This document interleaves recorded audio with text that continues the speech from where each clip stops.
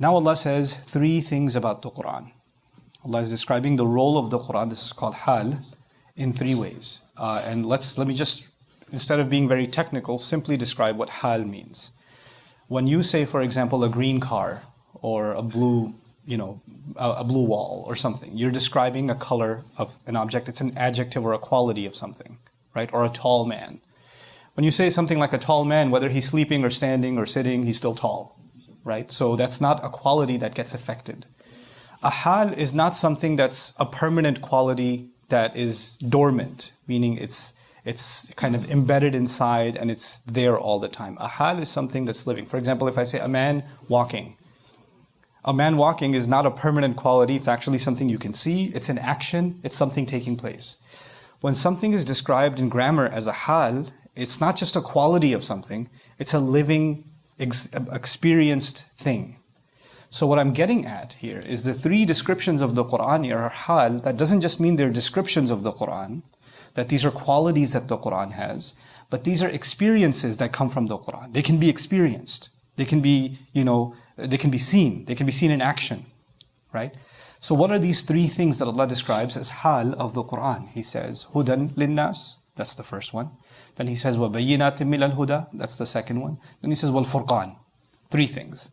And so over the next 3 days, we'll stop at each one. Huda linnas, then bayyinatin min al-huda, then al-furqan. So let's talk today a little bit about huda linnas. Simply translated, guidance for people. So what would I mean by hal? It means the guidance of the Quran isn't just some quality that it has, it's something experienced. It's something alive. It's something in action. It's as if it's like a living book. And its role is to actually serve as guidance. Another technical language thing that the grammarians talk about that's very hard to understand if you're reading the tafsir, but I'll try to make it simple for you, is that when you say there's a person that's going to give you directions. One says to you, I'll take you there. That person is your guide. That person is your guide. In Arabic you would call him a hadi, a guide. But that person is not your guidance. There's a difference between guide and guidance. The one who's guiding you is simply a guide, but not guidance itself. Guidance is a much bigger concept. The Quran is our guide. So the expected word is actually hadiyan. Hudan linnasi where he says hudan linnas unzila fihi al-Quran hadiyan, as a guide. But he says as guidance. Now what difference does that make? When the infinitive is used, in simple English what that means is that you can't possibly get guidance anywhere else.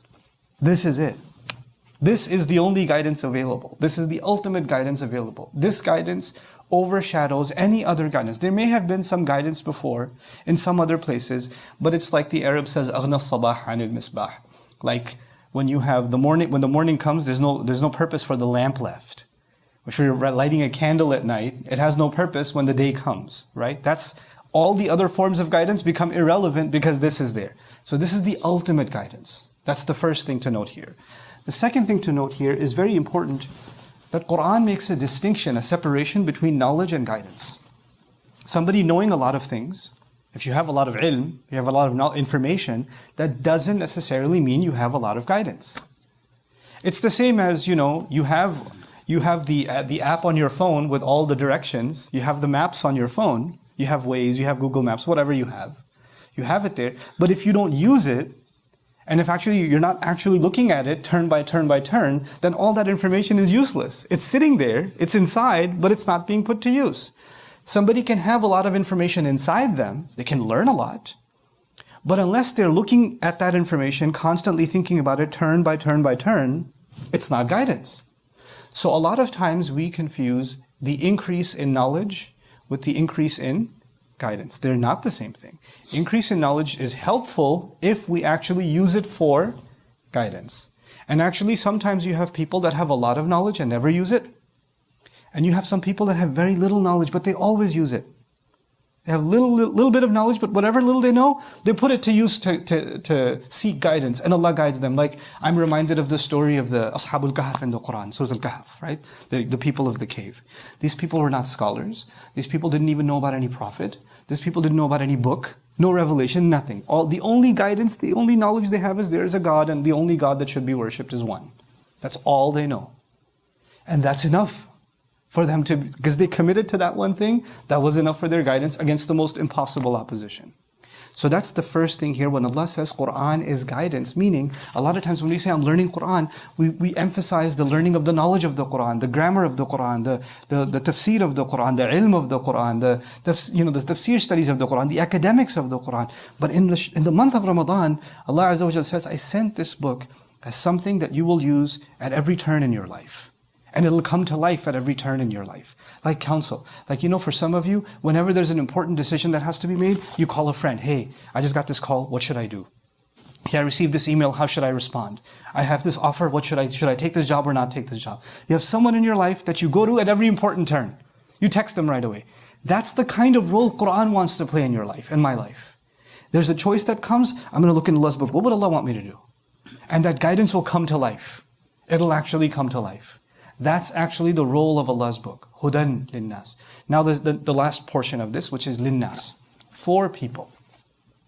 Allah is describing here, some people, as they get closer to religion, they think, well, if I come to the Quran, then things are going to get harder for me. Because Quran's going to want me to do things that are hard, that are my feelings go this way, but Quran wants me to go that way. Right? So it's going to be uncomfortable. It's going to make things more difficult. Allah says in this ayah, this guidance that Allah has offered in the Quran is for your benefit. It's for the benefit of all people. And that all people is so important because the devil comes to people and says, Quran is good for that person, this religious person over here, this guy has a long beard, it's good for him. But, I have a different problem. Quran can't guide me. It's for them. I have a different situation. Allah says this is guidance for all people, Muslim, non-Muslim, religious, not religious, knowledgeable, not knowledgeable, practicing, not practicing. It doesn't matter. Allah sent this book to guide the hearts and the minds of anyone who wants to seek its guidance. And it will come to life for them. And it will be there for their benefit. The lam here is for benefit. In other words, whatever guidance Quran gives you, the guarantee is that is the better road for you. That's actually, no matter how painful it looks, no matter how excruciating it looks, no matter how much you tell yourself, I can't possibly do this. This may be something somebody else can do, I can't do it. Allah says every single human being can do what I'm asking them in this book. They're capable of it. If they were not capable of it, Allah would not make Quran for all of humanity. Allah would make Quran for some people. But Allah made Quran for all of humanity. All of them. At whatever level they are. However far they are from Allah, however close they are to Allah, Quran is still guidance for their benefit. So long as they are breathing, Allah has not given up on them, Quran is still a light for them. Some people might say, well, you read the Quran and you might get guidance. I don't think Allah will give me. Allah just opened the invitation. Allah said, this is something that will be alive for you constantly. Now, this one short piece that I want to add to this, on linnas, for people, for the benefit of people. You see, the way we give guidance, the way we offer the message of the Quran, we have to think of one thing before we think of anything else. How is this going to benefit someone else? Allah, His priority is the benefit of people. Is the benefit of people. Which means your priority and my priority should constantly be what? The benefit of people. If the conversation is not going to be beneficial, then you shouldn't be having that conversation. The way in which Quran is presented, the way in which we share its message needs to be a way in which that people can see that you're saying this for my benefit. When you're yelling at someone, when you're insulting someone, you say, I'm doing this for your own good. Nobody thinks you're doing it for my good, bro. If you were doing this for my good, you wouldn't be talking so badly. You see? So when Allah says it's for the benefit of people, there's a mercy that entails in it. Here's the last thing. The month of Ramadan, the Muslims are very focused on themselves. Worship, fasting, iftar, taraweeh, you're constantly around. Some people take off from work. People say, I'm not going to go to the office. I'm not going to talk to my friends. I'm not going to do anything else. Did Allah say that this is a month for the believers? This is guidance for the believers? Allah said about this month that this is guidance for who? All of humanity. The devils are chained in this month, right? The shayateen are chained. When the shayateen are chained only for the Muslims or for everybody? They're chained for everybody. They're chained for everybody. Which means there's somebody who, if you shared the message of Allah with them in this month, shayateen will not bother them. They'll actually listen. Their heart will be closer. This is an opportunity to share the message of the Quran in this month, in this month, the angelic presence, the divine presence, the special blessings are so powerful. If there was ever a time you would share something about the Quran with your non-Muslim friends, from the friends that have distanced or drifted away from religion, with those people, if you were ever going to share something for their benefit from Allah's words, this would be the month to do it. This would be the time to do it, because this is for all of humanity. This is Allah comparing us to the Israelites, Banu Israel, in the surah before, because they believe that Tawrat and the guidance is for who? Just themselves, nobody else. This is not for anybody else. And even within them, it's just for the rabbis, it's just for the scholars, it's not for everybody. But Quran came and said, no, it's for everybody. It's even for these ummiyin, these people that have no education, none whatsoever. Don't be intimidated by the Quran. Seek Allah's guidance, and of course there are going to be levels of learning, and that's what we'll talk about tomorrow when we talk about bayyinatin min al-huda. Because the question that I leave you with, that you think about for tomorrow, is people say, well, okay, fine, you want me to get guidance from the Quran, fine, but I don't know Arabic, I don't know anything about the background. What if I interpret it incorrectly?